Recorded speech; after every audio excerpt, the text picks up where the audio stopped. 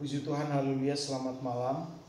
Dalam Immanuel berdoa malam hari ini, renungan kita dalam kitab Mazmur pasal yang ke-22.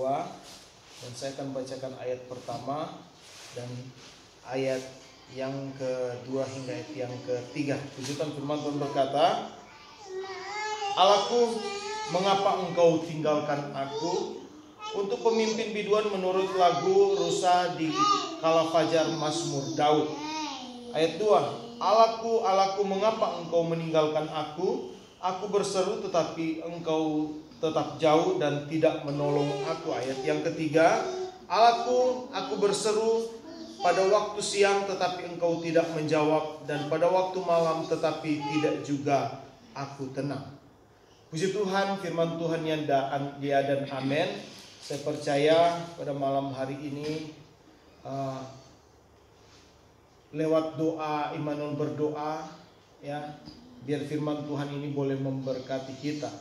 Bahwa dikatakan pemazmur katakan, Allahku, Allahku, mengapa engkau meninggalkan aku? Hal yang sama seperti apa yang Yesus katakan ketika dia ada di Taman Getsemani. Allahku, Eloi, Eloi, ketika dia ada di Bukit Golgota, dia akan dalam penyalipan, ya. Dia berkata, Eloi, Eloi, lama sabachthani. Allahku, Allahku, mengapa engkau meninggalkan aku? Terkadang mungkin dalam hidup kita merasa sepertinya kita ditinggalkan.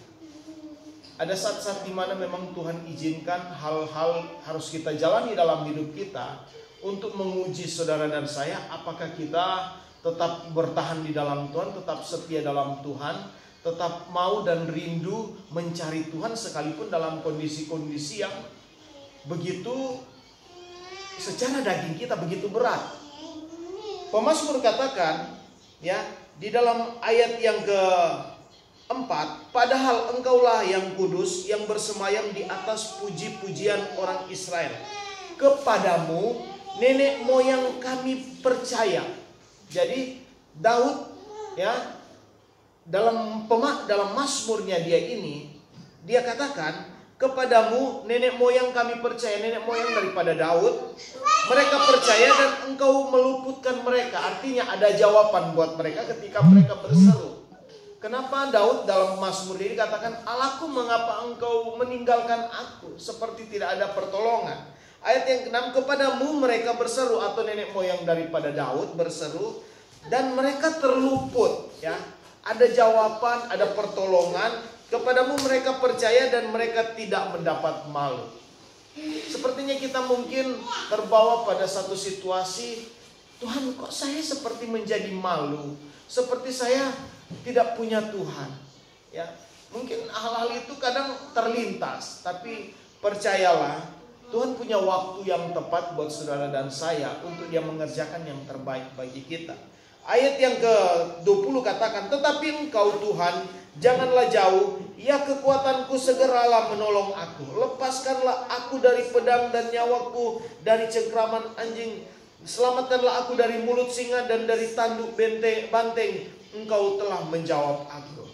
Ya. Jadi memang ada waktu Tuhan untuk dia menyatakan segala kemurahannya bagi kita.